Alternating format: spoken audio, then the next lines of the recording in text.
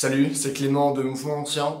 Et dans cette vidéo, je vais vous partager 5 erreurs d'entraînement que la plupart des gens font lors de leur préparation physique, de leur pratique de mouvement. Tout simplement parce qu'ils essaient d'avoir un corps qui est véritablement fort et qui est capable de résoudre plein de problèmes moteurs différents. Alors ce que je me suis dit, c'est que plus précisément, j'allais vous donner 5 parties de votre corps que vous ne travaillez pas, mais que vous devriez travailler. Du coup, non seulement pour chaque partie, je vais vous dire pourquoi il faut la travailler, mais surtout, je vais vous expliquer finalement les exercices que vous devez mettre en place pour arriver justement à renforcer ces parties de votre corps. Ça marche? Alors on va tout de suite commencer par la première partie qui est la coiffe des rotateurs. La plupart des gens ne travaillent pas à leur coiffe des rotateurs. Sauf que c'est extrêmement important pour deux raisons principales. La première, c'est que ça va stabiliser votre épaule et du coup ça va grandement réduire finalement les pathologies, les blessures que vous pouvez avoir au niveau de cette articulation. Deuxièmement, ça va grandement augmenter la force de votre corps. Du coup, si maintenant vous êtes dans une période de stagnation pour certains mouvements, par exemple, imaginons le développé couché, travailler votre coiffe des rotateurs, ça va vous donner vraiment beaucoup plus de force pour ce genre de mouvement. Un exercice que vous pouvez faire, c'est l'exercice que je vous montre là maintenant, c'est simplement prendre une haltère, placer votre coude au niveau de votre genou et simplement travailler cette rotation externe. Vu que c'est vraiment cette rotation externe qui va vraiment visser votre épaule et qui va augmenter la force du haut de votre corps. Donc ça, c'est la première partie. La deuxième partie que vous devez travailler, ça va être la mobilité thoracique. Travailler la mobilité thoracique, c'est extrêmement important pour trois raisons principales. Premièrement, si vous avez une mauvaise mobilité thoracique, vous allez avoir une mauvaise posture. Comme j'ai dit plein de fois dans des vidéos, vous allez avoir vraiment le haut de votre corps qui va passer en avant, notamment aussi au niveau du cou. Alors que si vous avez une bonne mobilité thoracique, vous allez davantage être droit et votre tête va se placer au niveau de vos épaules et du coup vous allez avoir une posture qui est neutre. Du coup ça c'est une première chose. Mais en fait avoir une mobilité thoracique ça va être important parce que ça va vous permettre de réussir à faire des mouvements qui vont vous ouvrir des portes vers d'autres mouvements. Ce que je vous ai dit par exemple le pec deck ça sert à rien. Pourquoi ça sert à rien? Parce que savoir faire le pec deck ça va pas pouvoir se transférer dans d'autres compétences. Sauf qu'il y a certains mouvements notamment par exemple le poirier et le pont, que si on arrive à les faire, ça va nous ouvrir des portes pour plein d'autres mouvements. Sauf que vous pouvez pas faire un poirier qui est droit, et vous pouvez pas faire un pont qui est correct si vous n'avez pas une bonne mobilité thoracique. Raison pour laquelle il faut travailler sur ce point-là. Et l'exercice que je vous donne à chaque fois en vidéo, c'est l'exercice que vous voyez là maintenant. Simplement placer son dos au-dessus d'une barre, placer du coup la barre ou le banc ou la chaise ou ce que vous voulez en dessous de vos omoplates et tout simplement avec les bras partir en arrière et tirer dans le sens opposé avec les jambes pour vraiment étirer la région thoracique. Du coup ça c'est un autre point. Le troisième point, la troisième partie de votre corps que vous ne travaillez pas assez, c'est la région scapulaire cette fois. Du coup on avait parlé de la région thoracique, maintenant c'est la région scapulaire. Scapula du coup les omoplates. Parce que en fait, les omoplates, la stabilité des omoplates, avoir de la force au niveau des omoplates, au niveau de cette région-là, ça va vous permettre d'avoir beaucoup plus de force dans vos mouvements de tous les jours, d'avoir une plus grande stabilité de mouvement et un meilleur contrôle moteur.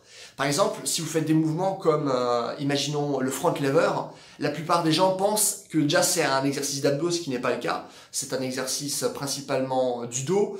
Mais du coup, même si on pense que c'est un exercice qui va principalement travailler votre dos, en vérité, c'est un exercice qui va aussi beaucoup travailler votre stabilité scapulaire. Et du coup, si vous n'avez pas assez de force au niveau des omoplates, vous n'allez jamais rentrer un front lever.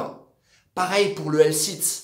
La plupart des gens pensent que le L-sit c'est simplement un mouvement d'abdos ou par exemple des fléchisseurs des hanches. Non, c'est aussi un mouvement de stabilisation au niveau des omoplates pour éviter justement cette dépression et de bien gainer au niveau du haut de votre corps. Sauf que si vous n'avez pas cette force-là, si vous n'avez pas ce gainage-là, de une, vous allez vous blesser et de deux, vous n'allez pas avoir la force nécessaire pour effectuer ce genre de mouvement.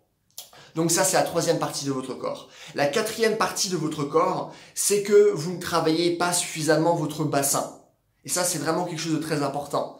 Parce que la plupart des gens vont au moins avoir assez de flexion, c'est-à-dire ramener les jambes vers vous, ou assez d'extension, assez d'une certaine manière. Vous allez quand même être limité, mais vous allez grosso modo déjà maîtriser ces mouvements-là. Pourquoi? Parce que vous allez les utiliser un peu tous les jours. Rien qu'en marchant, vous allez utiliser la flexion et l'extension. Par contre, vos hanches sont capables de faire 4 mouvements principaux différents. On a la flexion, on a l'extension, mais on a aussi la rotation interne et la rotation externe. Et la plupart des gens n'ont pas assez de rotation interne et n'ont pas assez de rotation externe. Et du coup, il y a différents exercices pour arriver justement à gérer ce problème-là, les exercices que vous devez voir là maintenant en vidéo. Et du coup, ça va être important parce que à force d'être assis, notre bassin, c'est vraiment une des régions les plus atrophiées. C'est vraiment une des régions les plus faibles. Et ça va être vraiment terrible si par la suite, imaginons, vous allez faire des sports où il y aura pas mal de changements de direction, comme on va le voir par exemple au foot ou au handball, ou lorsque vous allez vraiment faire des piquets comme ça en sprint, la stabilité au niveau du bassin va être excessivement importante. Et si vous travaillez pas ça là maintenant, lorsque vous allez voir déjà 25, 30, 40 ans, et bien sûr encore plus lorsque vous allez avoir 60, 70 ans, vous allez vraiment avoir mal au bassin et vous allez vraiment avoir du mal à marcher.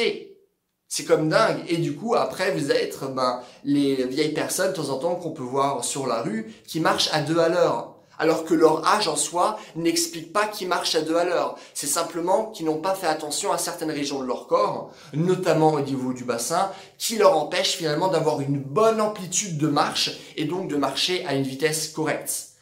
Du coup, ça, c'est le 4e point. Le 5e et dernier point, c'est vos pieds. Vous ne travaillez pas suffisamment vos pieds. Un moyen de travailler vos pieds, c'est tout simplement de passer de chaussures normales à de chaussures qui vont être minimalistes. Vu que ça va davantage faire travailler vos pieds. Bien sûr, si vous commencez tout de suite à prendre des chaussures minimalistes, ne les mettez pas tous les jours, vu qu'il faut quand même un certain temps d'adaptation pour votre corps. Comme si vous allez à la muscu, vous n'allez pas commencer tout de suite par faire 7 séances de muscu dans la semaine, vous allez peut-être en commencer par en faire 3 par exemple, et par la suite vous allez un peu augmenter. Mais du coup pour les chaussures c'est la même chose. Et il y a aussi énormément de personnes par exemple qui ont des pieds plats, qui ont des pieds qui sont tout simplement pas mobiles et qui sont vraiment très tendus. Et ça c'est vraiment une mauvaise chose parce que tout votre corps s'organise en fonction de vos pieds. Vos pieds, c'est vraiment le premier point de contact que vous avez au sol. Et du coup, si déjà ce premier point de contact est mauvais, logiquement, par la suite, votre corps ne peut pas bien s'organiser en fonction d'un mauvais point de contact. Donc, travailler sur vos pieds, c'est vraiment quelque chose de primordial et ça va vous aider dans tous vos mouvements et ça va aussi vous aider, par exemple, pour des douleurs du bas du dos, même pour des douleurs au niveau du genou, pour des douleurs au niveau du bassin, vraiment pour absolument tout parce que c'est le premier point de contact. Et avoir des pieds solides, ça va vous aider pour plein de mouvements différents. Surtout si maintenant vous prenez l'habitude de vous entraîner par exemple pieds nus. Je sais que si vous entraînez dans une salle de muscu, ça va pas être toujours possible. Par contre, vous pouvez prendre des chaussures minimalistes. Mais normalement, si vous essayez réellement d'avoir un corps qui est complet, vous n'allez pas tout simplement rester dans une salle qui va limiter vos mouvements. Vous allez aller dehors, vous allez faire différentes choses pour travailler votre corps de différentes manières. Et du coup, à ce moment-là, lorsque vous faites ça, ça va être intéressant de travailler avec les pieds nus. Voilà. Écoutez, c'est tout pour cette vidéo. J'ai rien d'autre à dire par rapport à ces sujets-là. Il y a aussi d'autres faiblesses que la plupart des gens ont, mais ça, on va dire, c'est vraiment les faiblesses principales. Et donc voilà, si vous avez des questions par rapport à ce que j'ai pu lire sur la préparation physique, sur le mouvement, sur les blessures, ce genre de choses, n'hésitez pas à me mettre toutes vos questions dans les commentaires. Je réponds absolument à tout le monde, comme d'habitude. Et voilà, si vous avez aimé les vidéos, n'hésitez pas à me mettre un j'aime pour que ma vidéo soit mieux répertoriée. N'hésitez pas aussi à vous abonner si vous voulez voir davantage de vidéos de ce genre. N'oubliez pas aussi qu'il y a mon programme en ligne qui parle justement de préparation physique, qui parle de mouvement, qui parle de mobilité, qui parle de posture, qui parle de douleur, qui vous donne en plus de ça un programme d'entraînement sur 4 mois vraiment destiné à travailler tout votre corps, travailler le poirier, travailler le pont, travailler vraiment toutes vos qualités physiques. Du coup, il sort ce dimanche. Les choses dont j'ai pu parler maintenant dans cette vidéo sont bien sûr incluses dans mon programme. Et voilà, du coup, n'oubliez pas, ça sort dimanche. Je vous mettrai une vidéo à la fin si vous voulez en savoir plus. Et donc voilà, en attendant, passez une bonne journée. Bye!